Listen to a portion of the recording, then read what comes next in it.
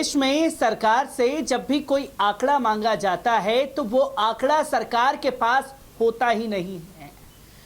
Lockdown के दौरान कितने लोगों की मौत हुई, इसका आंकड़ा सरकार से मांगा गया तो सरकार ने कहा कोई आंकड़ा नहीं है।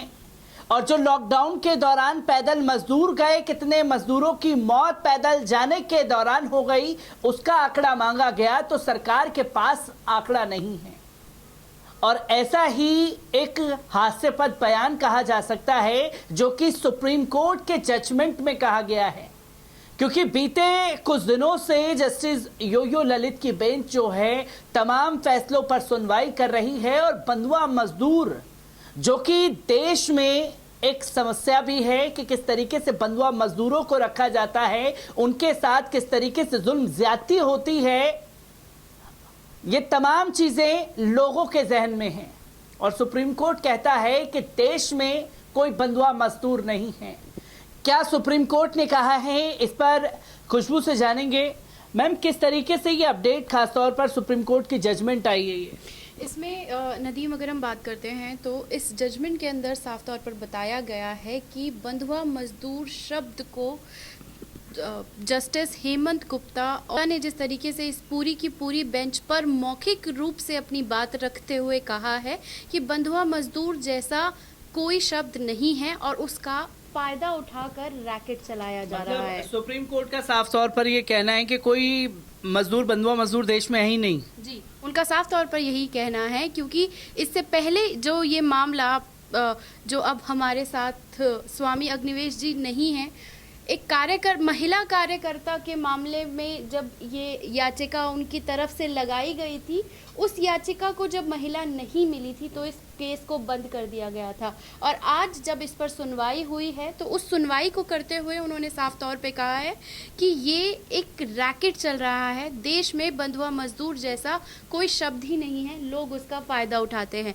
तो उन्होंने अपनी टिप्पणी देते हुए इस पर पूरा बात रखा है। और जैसा कि विजय प्रताप सिंह आदित्य सर हमारे साथ मौजूद हैं, हम चाहेंगे कि आप उनसे इस पर उनकी राय लें। क्या वाकई देश में बंधुआ मजदूर नहीं है, क्योंकि वो पूरा खेती किसानी और ग्राउंड रूट से जुड़े हुए हैं? तो इसका सही जवाब, इसके एनालिसिस की अगर बात करते हैं तो सर आपको बेहतर तरीके से बता पाएंगे। तो हमारे साथ इस वक्त स्टूडियो में मौजूद हैं एक गांव फाउंडेशन के सीईओ विजय प्रताप सिंह जी। सर, क्या हकीकत है जो कि सुप्रीम कोर्ट का साफ तौर पर ये कहना है कि बंधुआ मजदूर देश में है ही नहीं? कैसे देखते हैं, क्योंकि आप ज़मीनी स्तर पर लगातार जुड़े हुए हैं, कई गांव का दौरा कर चुके हैं, गांव की क्या समस्याएं हैं बंधुआ मजदूरों को लेकर के? क्या सुप्रीम कोर्ट जो कह रहा है, क्या मान लिया जाए कि हाँ सुप्रीम कोर्ट ने कह दिया है तो साहब कोई है ही नहीं यहाँ पर?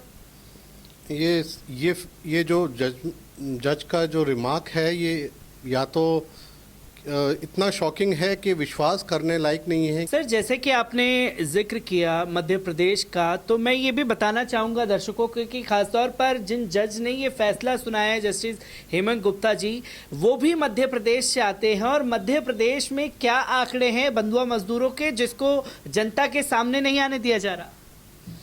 मध्य प्रदेश में खुद ही तकरीबन 12%, देश का सबसे ज़्यादा प्रतिशत बंधुआ मजदूर सबसे ज़्यादा मध्य प्रदेश में है। कि एक सुप्रीम कोर्ट का जज इस तरह की बात अदालत में बोल सकता है कि बंधुआ मजदूर हिंदुस्तान में नहीं है।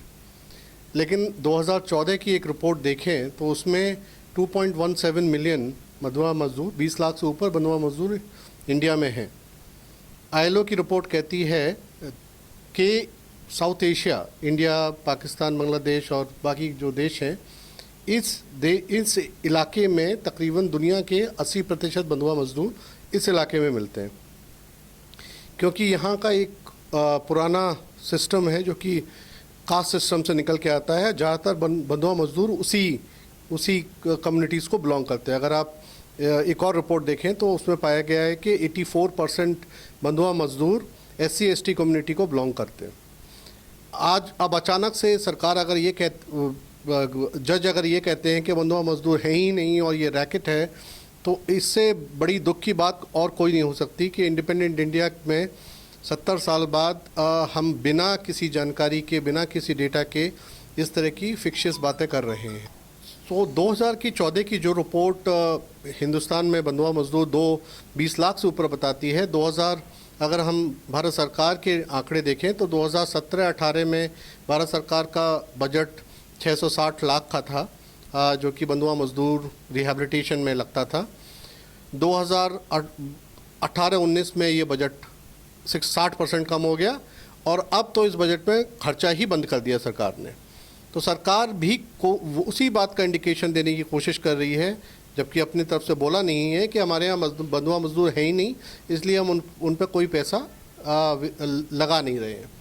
तो क्या ये सरकार और सुप्रीम कोर्ट की भाषा एक कैसे हो गई कि जिसमें हम एक इतना बड़ा तबका जो ज़्यादातर खेती किसानी में इन्वॉल्व है, ज़्यादातर बंधुआ मजदूर एग्रीकल्चर में है। मध्य प्रदेश का राज्य के 11% जो लेबर है, एग्रीकल्चर लेबर है, वो बंधुआ मजदूर में आती है। तो अचानक से गायब कहाँ हो गए, इसका जानकारी हम जैसे देखते हैं, जानकारी मिलती नहीं है, डेटा मिलता नहीं है। और सुप्रीम कोर्ट शायद यही इंडिकेट करने की कोशिश कर रही है कि गवर्नमेंट का फेलियर है कि उनके पास कोई डेटा नहीं है। ये गवर्नमेंट का फेलियर तो है ही सर, क्योंकि इसी के साथ हमने ये देखा कि जैसे कि सरकार का और सुप्रीम कोर्ट के सुर मिल रहे हैं। आप जगह जगह जाते हैं, बंधुआ मजदूरों की समस्याएं क्या रहती हैं? क्योंकि हर बार बात तो कर ली जाती है सरकार के फेवर की, कोर्ट ने क्या कह दिया, असल में उन लोगों की मेन समस्याएं क्या रहती हैं बंधुआ मजदूरों की? इसमें एक सवाल और मैं ऐड ऑन करना चाहूँगी, क्योंकि सरकार ने इस याचिका में ये बोला है कि वो लोग पैसे ले लेते हैं लेकिन काम करने नहीं जाते।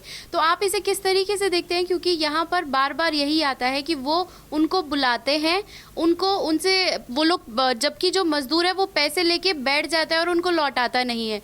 जम्मू कश्मीर में भी जिस केस को लेकर ये बात की जा रही है, वहाँ पर भी यही मेंशन किया गया कि उन्होंने उसके पति को भी उन्होंने क्या कहते हैं, उन्हें बंद कर लिया था। वो तो कैसे करके भाग गया, लेकिन उसकी महिला के साथ बार बार रेप हुआ, जिस बात का कहीं पर कोई जिक्र ही नहीं किया गया है। तो मैं आपसे जानना चाहती हूँ सर, समस्याएं क्या हैं? और जब सुप्रीम कोर्ट मजदूरों को लेकर रैकेट जैसे शब्दों का इस्तेमाल करता है, तो क्या देश में अब मजदूरों की जो स्थिति है वो और ज़्यादा भयानक होने के लिए खड़ी हो गई है?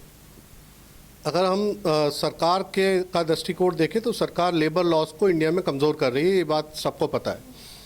लेकिन सुप्रीम कोर्ट का ये दृष्टिकोण, और वो भी भाई लेबर के सबसे घृणित फॉर्म की तरफ जाएं, बंधुआ मजदूरी की तरफ जाएं, तो वो बड़ा चौंकाने वाला है।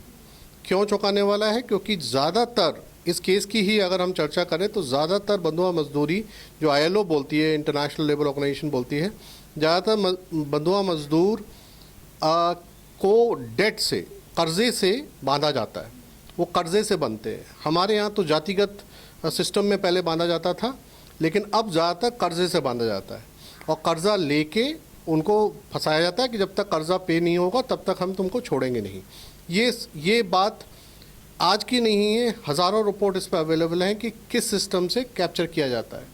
उस पर ये बोलना जज का कि पैसे लेके भाग जाते हैं और रैकेट चला रहे हैं, ये बहुत दुख की बात है। क्योंकि ये जब तक कि आप इसकी इन्वेस्टिगेशन या इसके ऊपर पूरा पता नहीं लगा लेते जानकारी को, इस तरह के कमेंट आप दे नहीं सकते, क्योंकि एक बहुत बड़ी प्रेवलेंट समस्या है। सारे डेटा इसके इंटरनेशनल लेवल पर इसके डेटा एक्नॉलेज्ड हैं, और आज अपने देश में अचानक से आप गायब कर दें बंधुआ मजदूरों को, तो इससे बड़ी गलत बात कोई नहीं हो सकती। क्योंकि ये प्रथा थी, है और अभी तक चल रही है जब तक कि इकोनॉमिक इनइक्वालिटी ख़त्म नहीं हो जाती। इक्वालिटी ख़त्म नहीं हो जाती। लेकिन इसी के साथ सर, जब बंधुआ मजदूर की बात आती है तो कोरोना की तरफ जब हम झांक के देखते हैं तो वो सारी तस्वीरें हमारे सामने आती हैं।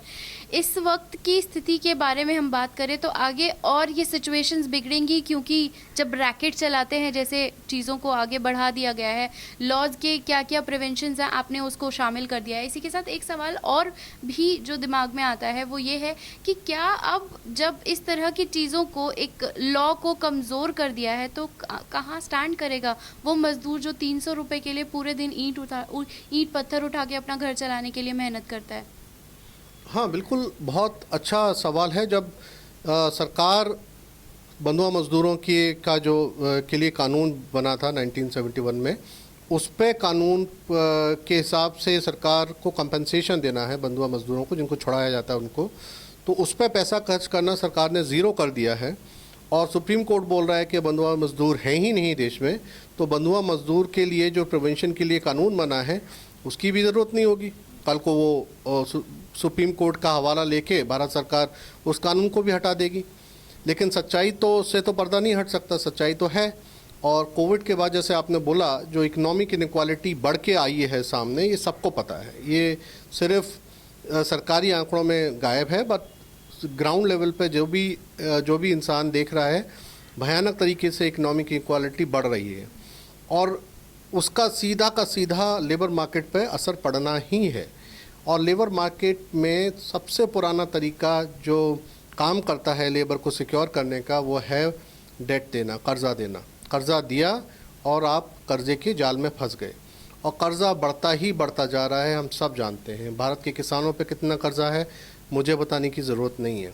तो जो किसान जो गांव में हैं, जो लेबर का काम करते हैं, उनके ऊपर कितना कर्जा है, ये उनको तो ज़मीन के ऊपर भी कर्जा नहीं मिल सकता। और वो अगर हम देखें तो ये तो समस्या बड़ी नहीं, विकराल हो जाएगी, इतनी बड़ी हो जाएगी कि आप उम्मीद कर सकते हैं कि आने वाले टाइम में हमारे यहाँ बॉन्डेड लेबर की समस्या डबल से ट्रिपल हो सकती है। तो जो जज के रिमार्क्स हैं वो इतने अनफॉर्चुनेट होंगे जिसका अभी की तारीख में हम सोच भी नहीं सकते। तो इसी में एक चीज़ जो बार बार जहन में आती है, जब किसान लॉज इस तरीके से पास हुए लेकिन वह सुप्रीम कोर्ट की टिप्पणी इस तरीके से नहीं आई थी, तो क्या जब विकराल हो जाने की संभावना है आगे, तो क्या अब वो वक्त आ गया है कि मजदूर भी सड़कों पर उतरेगा और फिर से एक बड़ा आंदोलन देखने को मिलेगा ताकि वो भी अपने हक के लिए आवाज़ बुलंद कर पाएँ या उन्हें वो बेसिक भत्ता मिल सके जिनसे वो एक दिन के अपने घर का खाना चला सके? तो आपको लगता है कि ये आंदोलन की तरफ बढ़ेगा या फिर हर बार की तरह सरकार हर किसी मुद्दे को जिस तरीके से दबा देती है अपनी तमाम चीज़ों के साथ, तो क्या इसके साथ भी वही होगा? क्योंकि हम और आप तो अभी इस लॉ के ऊपर बात कर रहे हैं, चाहे सरकार की मंशा हो या फिर इस वक्त जो लॉ कहा गया है सुप्रीम कोर्ट की तरफ, उस पर चर्चा कर रहे हैं, लेकिन इसके अलावा कहीं और ये चर्चा देखने को नहीं मिल रही है, कहीं कोई सुगबुगाहट नहीं है। तो क्या आपको लगता है कि ये आंदोलन की तरफ बढ़ेगा या फिर से 2.5-3 ऐसे ही होके सब गायब हो जाएगा? इसका जवाब इतना आश्चर्यजनक है कि क्या बोले। सबने देखा कि लाखों की संख्या में मज़दूर कोविड के टाइम पे भागे, जैसे तैसे भागे, हज़ारों लोग मर गए रास्ते में, लेकिन तब भी ज़्यादातर मज़दूर यूपी और बिहार के थे। उसके बावजूद भी हमने इलेक्शन में देखा उन्हीं मज़दूरों ने उन्हीं सरकारों को वोट किया जिन सरकारों ने उनकी कोई मदद नहीं की। तो मज़दूर क्या कोई आंदोलन खड़ा करेंगे? इस पे तो मज़दूरों को ही अपने दिमाग में, अपने जहन में जवाब देना पड़ेगा कि वो अपनी असली समस्या को छोड़ के धर्म की रखवाली करने की जिम्मेदारी कब तक उठाएंगे।